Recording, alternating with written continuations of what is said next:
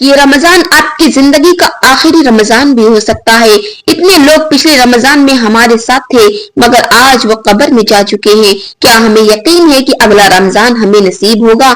اگر یقین ہے تو پھر چھوڑ دو، نہ کرو عبادت۔ لیکن اگر آپ کو اگلی سانس کا بھی بھروسہ نہیں تو خدارا اس رمضان کو ضائع مت کرنا، اس میں ضرور عمل کرنا۔ پیاری بہنوں، اگر آپ چاہتی ہیں کہ رمضان کے بعد بھی اللہ کی رحمتیں آپ کے ساتھ رہیں، اگر آپ چاہتے ہیں کہ روز قیامت آپ کا چہرہ چمکتا رہے تو آج سے ہی رمضان کو اپنا معمول بنا لے۔ رمضان میں عبادت کو اپنا معمول بنا لے، کیونکہ شاید یہ موقع دوبارہ نہ ملے گا۔ اب بات کرتے ہیں کہ وہ کون سے 5 عمل ہیں جن سے ہمارا روزہ نہ صرف قبول ہوگا بلکہ اللہ کی خاص رحمت بھی حاصل ہوگی۔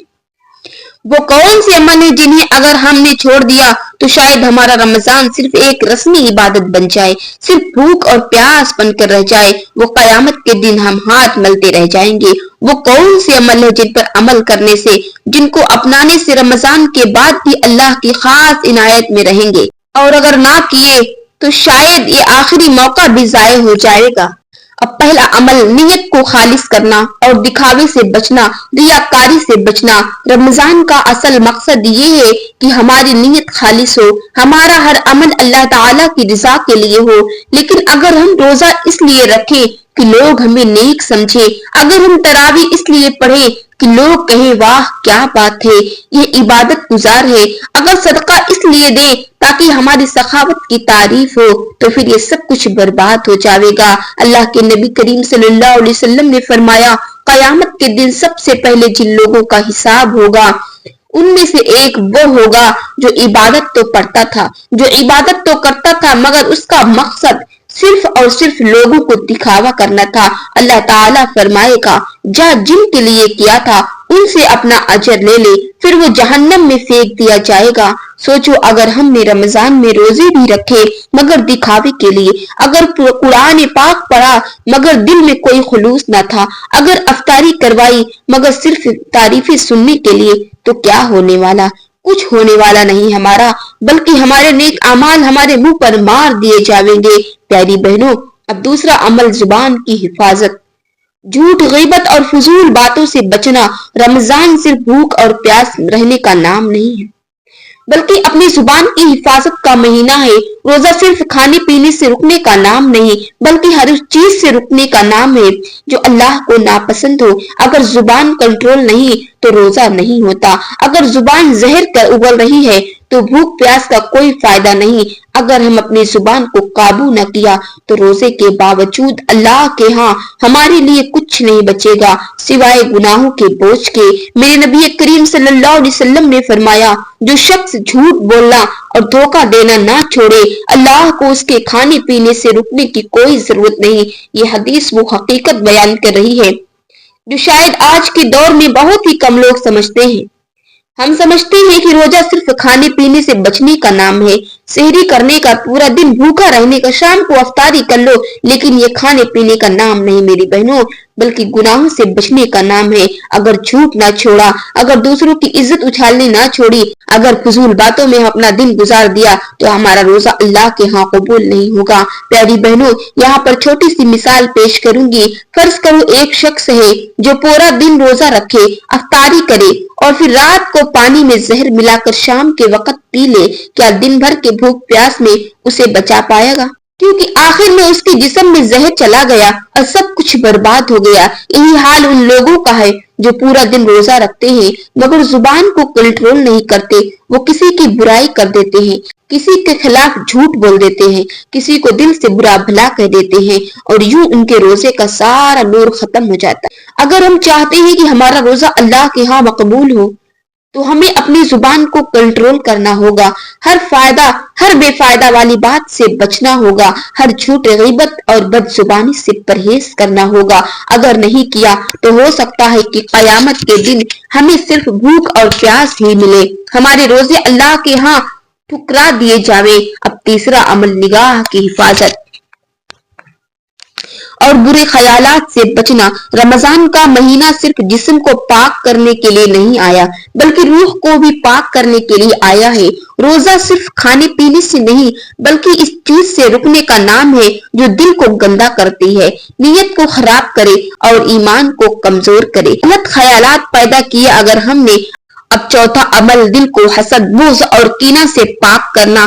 رمضان صرف ظاہری عبادتوں کا نام نہیں ہے بلکہ اندرونی پاکیزگی کا بھی مہینہ ہے۔ یہ وہ وقت ہے جب دلوں کو صاف کیا جاتا ہے، زنگ اتارا جاتا ہے اور اللہ کے سامنے ایسا دل پیش کیا جاتا ہے جو ہر میل کچیل سے پاک ہو۔ مگر افسوس اگر ہم نے اپنے دلوں کو حسد، بغض اور کینے سے بھرے رکھا، اگر ہمارے دل میں دوسروں کے لیے نفرت ہے، ہماری زبان پر میٹھے بول ہے، دل میں نفرت، زبان پر میٹھے بول اگر ہمارے دل میں زہر بھرا ہے تو پھر ہمارا روزہ تو ہمیں کوئی فائدہ نہیں ہوتا، قبول ہی نہیں ہوتا بلکہ ہمیں الٹا نقصان پہنچانے والا ہے۔ قیامت کے دن اللہ کے ہاں سب سے عزت والا وہ ہوگا جس کا دل پاک ہوگا۔ میرے نبی کریم صلی اللہ علیہ وسلم نے فرمایا، قیامت کے دن اللہ کے ہاں سب سے عزت والا وہ ہوگا جس کا دل پاک ہوگا، جس کے دل میں نہ حسد ہوگا، نہ بغض اور نہ ہی کسی کے لیے نفرت۔ ایک چھوٹی سی مثال ہے کہ سمندر کا پانی ہر وقت بہتا رہتا ہے، اونچی اونچی لہریں آتی رہتی ہیں، طوفان بھی آتے ہیں، مگر جب وہی پانی کسی گندگی والی جگہ پر جا کر رک جائے تو بدبو مارنے لگتا ہے، کیڑے پڑ جاتے ہیں اور آخرکار وہ زہریلا بن جاتا ہے۔ پانی جب تک چلتا رہے وہ پاک رہتا ہے مگر جب رک جائے تو زہر بن جاتا ہے۔ یہی حال ہمارے دل کا ہے۔ اگر ہم نے اپنے دل کو دوسروں کے خلاف بغض، حسد، نفرت سے بھر دیا ہے، اگر ہم نے دوسروں کی کامیابی دیکھ کر جلنا شروع کر دیا، اگر ہم نے کسی کی خوشی دیکھ کر تکلیف محسوس ہوتی ہے تو یہ دل بھی بدبودار ہو جائے گا، بدبودار پانی کی طرح زہریلا بن جائے گا۔ پیاری بہنوں، اب پانچواں عمل صبر اور شکر کی عادت کو اپنانا ہوگا۔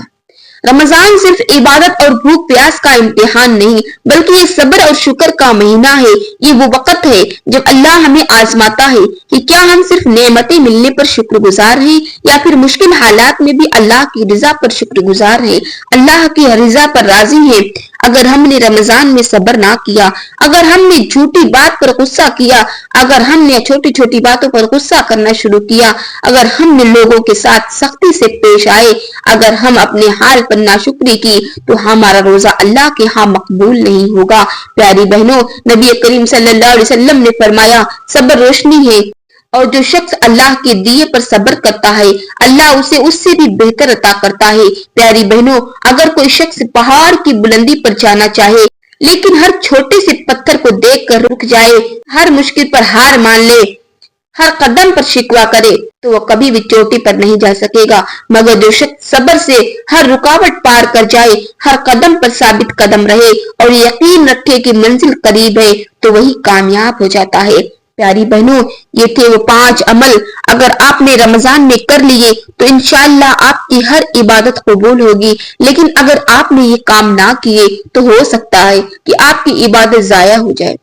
پیاری بہنوں، رمضان کا مہینہ ایک نعمت ہے، ایک موقع ہے، ایک ایسی گھڑی ہے جو شاید ہمیں دوبارہ نہ ملے۔ یہ وہ مہینہ ہے جو اللہ نے ہمیں دیا ہے تاکہ ہم اپنی زندگی کو سنوار سکیں، اپنی آخرت بنا سکیں اور اپنے گناہوں سے توبہ کر سکیں۔ لیکن اگر ہم نے یہ وقت ضائع کر دیا، اگر ہم نے اسے عام دنوں کی طرح گزار دیا، اگر ہم نے اپنی عبادت کو رسمی بنا لیا تو پھر شاید قیامت کے دن ہمارے پاس کوئی بہانہ نہ ہوگا۔ سوچو، اگر آج یہ رمضان ہمارا آخری رمضان ہو، اگر اللہ نے ہمیں یہ موقع آخری بار دیا تو ہم اپنی مغفرت لکھوا لیں۔ ہمیں حق بنتا ہے کہ ہم اپنی مغفرت لکھوائیں، بخشش کروائیں۔ پیاری بہنوں، یہی وقت ہے اپنے گناہوں سے توبہ کرنے کا، اپنی نیت کو درست کرنے کا، اپنے روزے کو مکمل اور مقبول بنانے کا، اپنے دل کو پاک کرنے کا اور اپنے رب کی رضا کو حاصل کرنے کا۔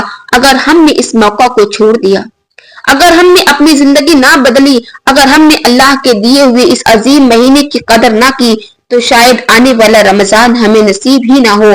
پیاری بہنوں، دعا کرتی ہوں کہ اللہ تعالیٰ آپ کے ہر روزے کو قبول کرے، آپ کی ہر عبادت کو نور بنا دے، آپ کے دل کو ہدایت سے بھر دے اور رمضان کے بعد بھی آپ کی زندگی میں ایمان کی روشنی باقی رہے، اللہ ہمیں ان نیک بندوں میں شامل کرے جن کے روز قیامت کے دن ان کے لیے شفاعت کریں گے، اور ہمیں ان لوگوں میں نہ بنائے جو رمضان گزار کر بھی خالی ہاتھ رہ جائیں۔ آمین ثم آمین، وما علینا الا البلاغ المبین۔